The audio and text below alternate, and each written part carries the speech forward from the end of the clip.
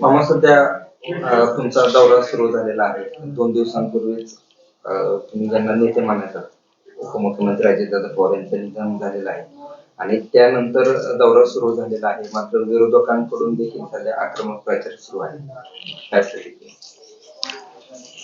एक तर आमचे नेते आदरणीय अजितदादांचं आकस्मिक असं दुःखद निधन झालं. त्यांच्या स्मृतीला अभिवादन करतो. ही दुर्दैवी घटना एवढ्या अनपेक्षितपणे आणि अशा निवडणुकीच्या कालखंडामध्ये झाली की अख्ख्या राज्यावरती शोककळा पसरलेली होती. आणि अशा दुःखद वातावरणामध्ये ही निवडणूक सगळे आम्ही पार पाडायचा या ठिकाणी प्रयत्न करतोय.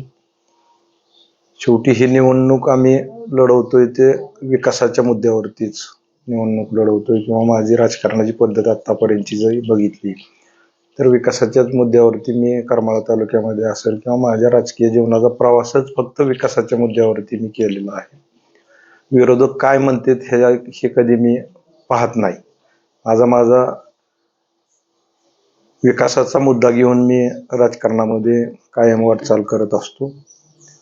आजची परिस्थिती विरोधक काही म्हणतात की आम्हाला एकट्याला एकटं पाडलंय किंवा भावनिक आव्हानं करणं, ही या तालुक्यातल्या नेते मंडळींची किंवा विरोधकांची नेहमीची पद्धत होती की भावनिक आव्हानं करायची आणि निवडणुका करायच्या.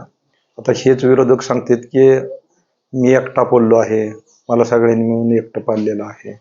आदिनाथच्या वेळेस काय परिस्थिती झाली, विधानसभेच्या वेळेस काय परिस्थिती झाली आणि त्यावेळेस काय वातावरण होतं आणि आजचं वातावरण काय आहे.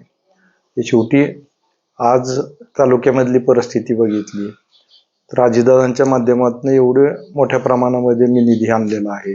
ते कामं कुठं चालू आहेत का? डिक्सलच्या पुलाचं काम एवढं मोठं असताना सुद्धा त्या ठिकाणी बंद आहे. दहेगाव योजनेचं काम बंद आहे. 100 कॉटच्या जे आपण हॉस्पिटल त्या ठिकाणी केलंय त्याचंही काम बंद आहे. त्याचबरोबर दुसरं प्रशासकीय इमारतीसाठी आपण त्या ठिकाणी टेंडर सुद्धा पूर्ण झालेलं आहे. त्याचबरोबर नगरपालिकेच्या प्रशासकीय इमारती आणि टाउन हॉलचं काम त्या ठिकाणी टेंडर झालेलं आहे. अशा परिस्थितीत ही टेंडर झालेली सुद्धा कामं का बंद पडलेली आहेत किंवा ह्याची कारणं जनता हळूहळू विचारायला चालू करणार आहे. तुम्ही आदिनाथच्या निवडणुकीमध्ये लोकांना आश्वासन दिलं मी कसल्याही परिस्थितीमध्ये आदिनाथ चालू करू. आज काय आदिनाथची परिस्थिती आहे, तुम्ही केला का चालू तो? आता तुम्ही ह्या म्हणताय की पुढच्या निवडणुकीला आपण आदिनाथ सहकारी साखर कारखाना निवडणुकीनंतर आपण पुढच्या सीझनला चालू करणार आहोत. म्हणजे किती दिवस लोकांनी ह्या आश्वासनावरती विश्वास ठेवून तुमच्यावरती मतदान करायचं, हाही विषय याच्यामध्ये लोक नक्कीच विचार करतील.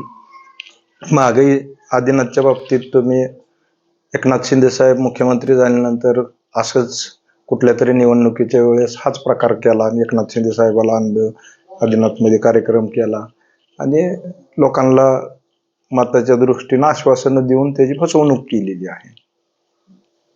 आता माजी आमदार जयवंतरावजी जगताप यांनी देखील महायुतीला म्हणजे भाजपाने राष्ट्रवादीला पाठिंबा दिलेला आहे. त्यांची देखील 2 दिवसात भूमिका स्पष्ट होईल. त्याचा फायदा होईल काय? नाही, नक्कीच. शेवटी तालुक्याच्या राजकारणाची पद्धत बघितली तर गटातटावरतीच हे राजकारण चालतं. हे कारखान्याच्या वेळेस जर तुम्ही बघितलं असेल तर कारखान्याच्या वेळेस सगळे गट तट माझ्या विरोधामध्ये एकत्र आलेले होते. मी एकटाच ती कारखान्याची निवडणूक लढलेलो होतो. तरी सुद्धा मला जवळजवळ तिथं लोकांनी विश्वास ठेवला. 42% मतं मला कारखान्याच्या निवडणुकीमध्ये लोकांनी दिलेली होती. नक्कीच भाऊंचा ह्या निवडणुकीमध्ये आता महायुतीला त्यांनी पाठिंबा दिला आहे. आम्ही त्यांचं स्वागतच करतो आणि त्याचा निश्चितच फायदा आपल्याला झालेला दिसेल. आणि तुम्ही बघितलं असेल इथल्या करमाळा तालुक्यातल्या राजकारणाची पद्धत. आता हे सांगते ती एकटं पडलं, पण मागं विधानसभेच्या वेळेस तुम्ही बघितलं असेल की भाऊंची माझी युती, कुठलीच युती कधी करमाळा तालुक्यामध्ये 4.5 वर्ष 3 महिने जवळजवळ ती युती होती. कुठेही आमचे मतभेद नव्हते. पण कुणी केलं हे सगळं?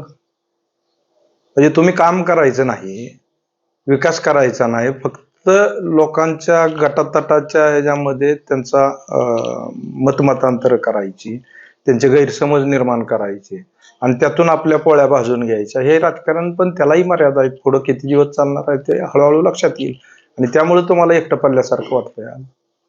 हा झाला विरोधकांचा भाग, पण प्रचाराच्या वेळेस मतदारांचा कसा पद्धतीने रिस्पॉन्स होतो?